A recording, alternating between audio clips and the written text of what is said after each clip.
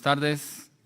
Vamos a dar inicio a la sección de uso de tecnología en la fase del operativo Censal, sistema de monitoreo y control. Continúan la compañera Perú. Buenas tardes con todos y todas. Agradecer a los organizadores del evento. Soy la directora técnica de Demografía y Estudios Sociales. El censo en el Perú se ha ejecutado el 22 de octubre. El censo en mi país es un censo de hecho en un solo día.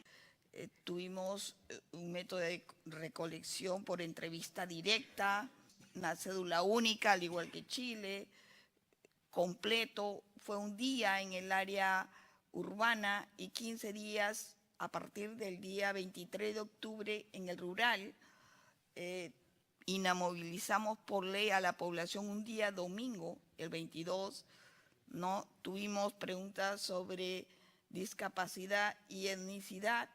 Bueno, el censo anterior fue el 2007, por lo tanto, exactamente a los 10 años se produjo el nuevo censo. Bueno, reserva de confidencialidad, uso de tecnología y etcétera. Todas las viviendas, cerca de 10 millones, fueron georreferenciadas en el precenso, 95.000 centros poblados, 2.968 comunidades nativas y 6.239 comunidades campesinas. ¿No? Cerca de 750.000 funcionarios censales y empadronadores cerca de 600.000. Dicho sea de paso, todos ellos se inscriben a través de internet en la página web. Voluntarios censales se inscribieron 1 millón. Son voluntarios a los cuales no se les da ningún pago, se les da un estipendio, una compensación por alimentación que es alrededor de $15 más o menos, 50 soles, $15. Con respecto a lo que es el sistema de monitoreo del operativo censal. Evidentemente se tuvo que desarrollar esto porque si no estamos sin ojos como gerentes de los diferentes niveles. ¿No? Entonces después hubo un proceso de segmentación a partir del precenso que fue reportado también en este sistema de gestión, el reclutamiento del personal que también fue monitoreado a través de este sistema, la capacitación, la cobertura del empadronamiento que todavía está en proceso de monitoreo. Urbano, el día 22 se llegó a censar, acá está, sí, se llegó a censar, a coberturar el 99,8% de las áreas de empadronamiento y al nivel de viviendas comparadas con el precenso, el 98,1%, ¿no?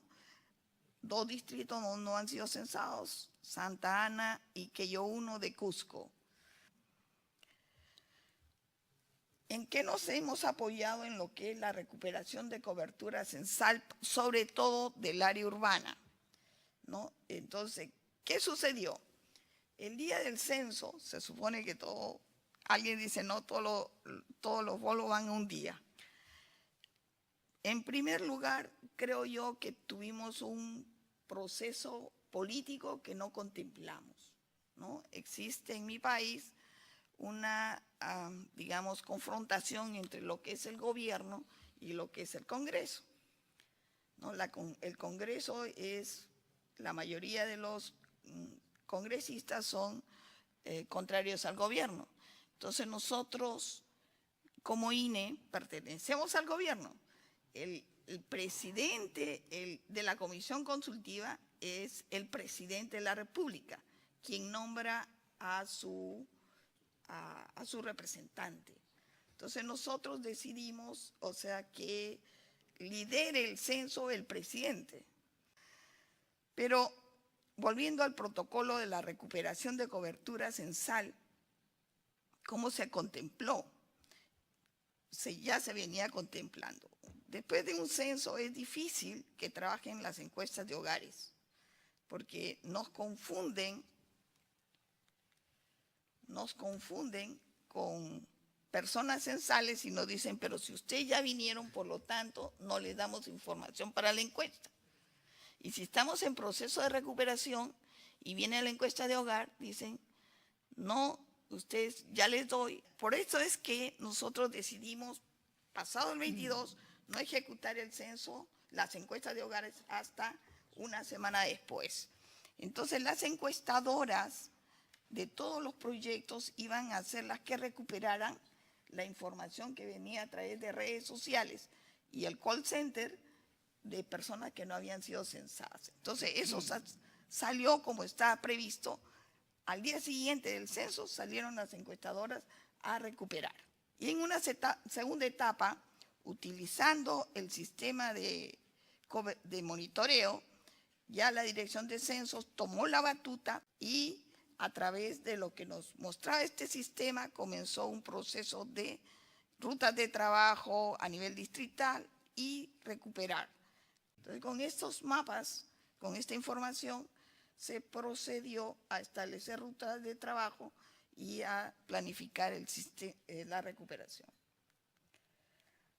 Hasta la fecha del 19 se habían recuperado 110.000 viviendas, más o menos, que es el 1,11% del total de los 9,5 millones.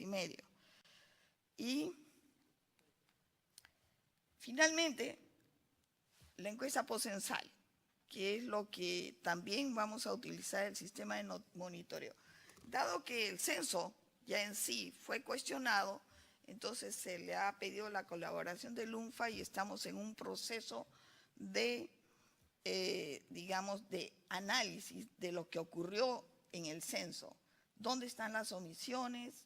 Sabemos, y para ello hemos diseñado estudios para determinar esta omisión. Todavía está en proceso de estudio, de evaluación, ¿no?, con varios instrumentos. Uno de ellos es el sistema de monitoreo.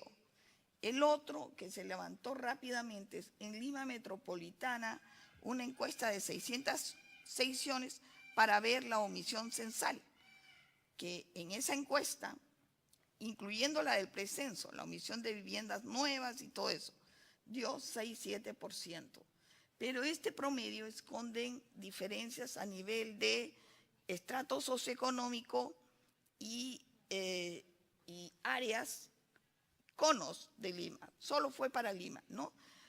Hemos visto que esta encuesta nos da que las zonas con mayor omisión son las altas y las bajas. Las medias son zonas que no tienen omisión, pero sí estratos altos y estratos bajos, ¿no? Eso es lo que nos ha dado esta encuesta que efectuamos a los 3 días, 4 días del censo. Después, lo que estamos haciendo es una evaluación de lo que es el precenso, la información del precenso y las encuestas de hogares, que levantan su propia cartografía y el personal que levanta la actualización cartográfica de las unidades primarias es bastante especializado. Entonces hemos hecho la comparación en 2.152 manzanas y también nos da que si bien en términos de promedios no existe gran omisión, pero sí cuando uno ya comienza a entrar en los detalles por estrato, por conos, por determinadas poblaciones, uno ya ve que en edificaciones nuevas la omisión es el doble y el triple que en áreas construidas. En viviendas multifamiliares la omisión es mayor. Entonces, todas estas, diferencias en la omisión censal, incluyendo para áreas, creo yo que deben ser estudiados al detalle para después dar cuenta de buenas estimaciones de población. Y las buenas estimaciones de población tienen que saber trabajar con estos nuevos insumos, ¿no? Entonces, lo que sigue, rápidamente, lo que va a ser la encuesta postcensal, después les van a contar. porque todavía están en proceso de evaluación. Finalmente, ¿qué dicen los medios de comunicación después de 2 semanas de realizar el censo en 2 encuestas privadas, ¿no? Datum Pulso Perú, una encuestadora privada, y la Apoyo Ipsos, ¿no? Nos dicen que la tasa de omisión en el caso de Datum Perú es 6,1 y en el caso de la encuesta de Ipsos es 5%, ¿no? Encuesta del comercio, evidentemente hablan de ¿crees a INE o no le crees? ¿Quién fue el culpable de que el censo no saliera en el INE? Etcétera. Además tiene todas una serie de detalles sobre la opinión del INE respecto al censo. Pero hablan de que la omisión es 5% y en el caso de Datum 6,1. Otra crítica es que, ok, pasas el 5 y entonces el censo ya no vale. Entonces son todos estos eventos, o sea, estas informaciones, las que en la actualidad está teniendo la población peruana mitigándose, las sufren más las encuestadoras de las encuestas permanentes de hogares que la tenemos en la actualidad en campo, y decirles además que después de toda esta bulla, la tasa de no respuesta en las encuestas de hogares se pasó los 2 dígitos, ¿no? A la semana después de que sucedieron todos estos eventos, la tasa de no respuesta en las encuestas de hogares subió a 2 dígitos, lo que nunca ha sido. Entonces sí, realmente nosotros como INES, nuestros informantes son nuestros clientes. Entonces a nuestros clientes no les gustó el censo que tuvimos. Conclusiones: no tuvimos en cuenta aspectos políticos que repercutirían fuertemente en el censo. No tuvimos experiencia en respuestas a comunicaciones a través de las redes que vuelan, y nosotros no volábamos a razón de las redes. Tuvimos un problema muy grave policial que no tuvo una respuesta rápida, y igual en lo que es la política. Tuvimos sí problemas logísticos como consecuencia de fenómenos sociales que no fueron tomados en cuenta en el precenso. Rápidas construcciones, ¿no? Y el transporte en Lima metropolitana es un caos. Entonces obliga a la doble residencia a los estudiantes de maestría o a los que tienen trabajo. Por ejemplo, en mi área hay muchos compañeros que trabajan conmigo que tienen doble residencia a las afueras de Lima y en el centro. Entonces, estos son en algunos casos viviendas y en algunos casos hogares. El censo, al ser de hecho el día domingo con orden de inamovilidad, entonces estuvieron localizados en, digamos, sus dormitorios, donde más cerca a su centro de trabajo, porque al día siguiente era día de trabajo. Esas son mis hipótesis que hay que demostrar. Por eso es que yo digo, aquí falta mayor análisis que hay que tener en cuenta para las buenas estimaciones de población y la construcción de marcos de muestreo que no van a estar ajenos a esta omisión, ¿no? Sobre todo en lo que concierne a estratificaciones o las encuestas de hogares, que uno dice menos de 5 hogares ya no es vivienda particular, sino pasa a ser una vivienda colectiva, ¿no? Entonces, conceptos que tenemos que ir, por lo menos en Lima, cambiando. Gracias.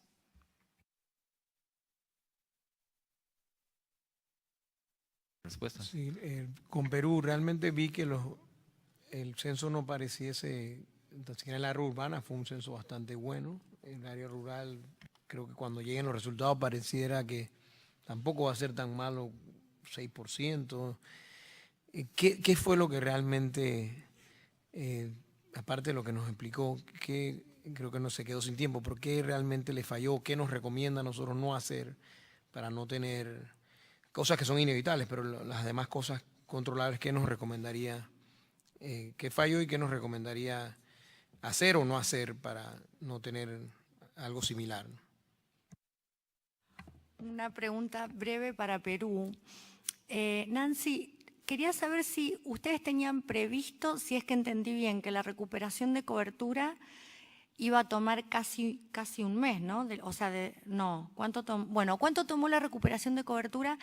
Y si eso implicó que si ya lo tenían previsto el periodo de tiempo de recuperación de cobertura, no recuerdo haber visto cuál fue el porcentaje respecto al precenso de recuperación que estimaron y si eso implicó que tuviesen que hacer alguna modificación en el cuestionario censal, porque, bueno, no recuerdo ahora la boleta del Perú de memoria, pero ¿qué pasa con la semana de referencia para la actividad económica? O sea, si les implicó alguna complicación respecto al contenido de las preguntas. Porque, bueno, Chile hizo una semana nada más de 10 días. Entonces, eso. Para Perú, quería saber o tratar de entender un poco el detalle de la encuesta postcensal en las áreas donde todavía no habían hecho recuperación. Ver si podemos ahondar un poquito más en eso para ver ese porcentaje de omisión. Gracias.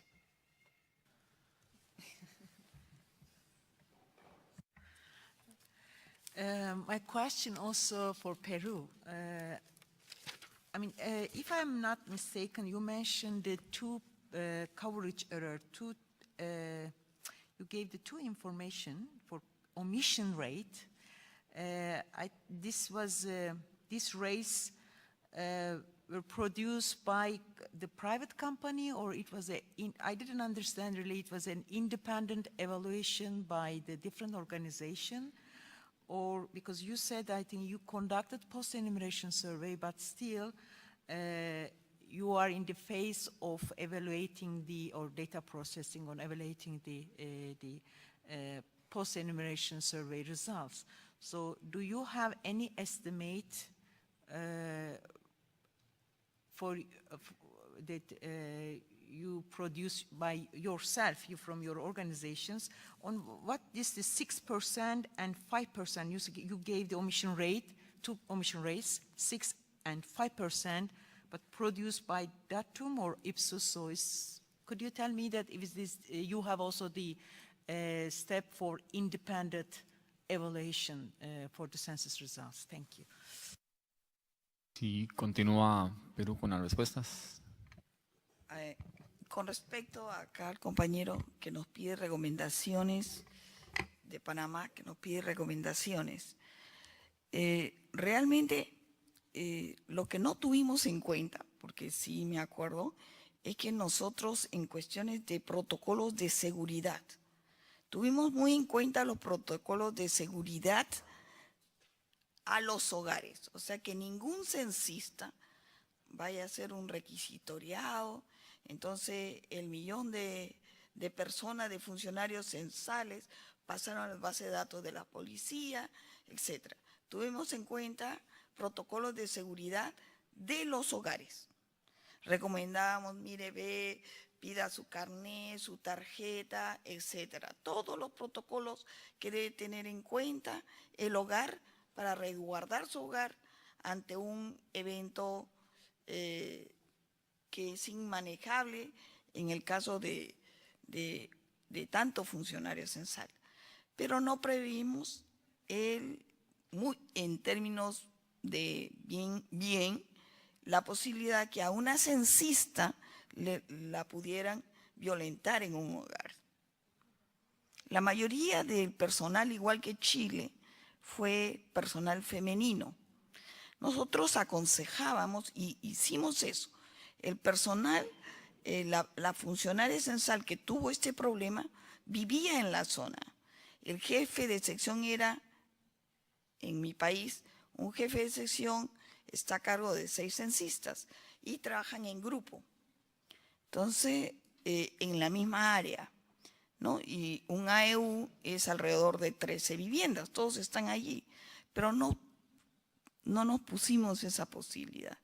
Entonces, de que fuera violentada una chica.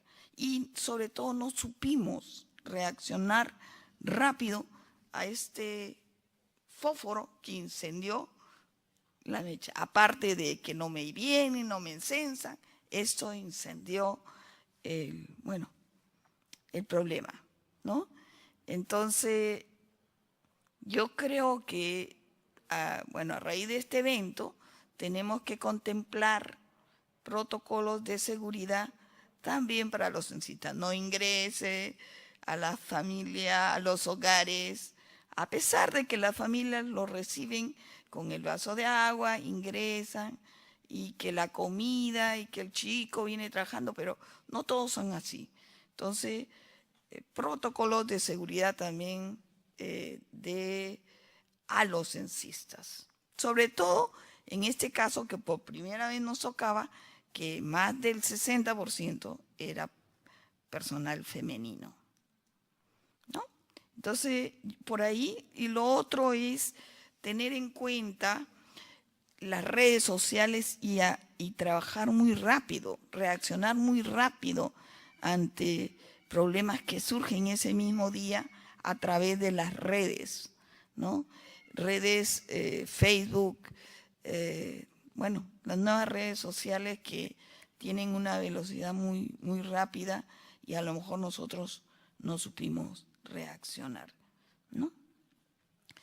Eso. Con respecto a Mariana, el porcentaje de recuperación en viviendas fue hasta, sí, evidentemente fueron 3 semanas. La primera semana fueron rápidamente al teléfono, o sea, las llamadas telefónicas que estaban en redes, estaban en los medios de comunicación. No han censado tal edificio, miren, ve, tantas familias se han quedado sin censar, que venían a través de los medios de comunicación que mostraban la casuística de las edificaciones y grandes complejos multifamiliares que no habían sido censados. En esa semana se apoyó muy fuertemente a través de las encuestas de hogares a esto.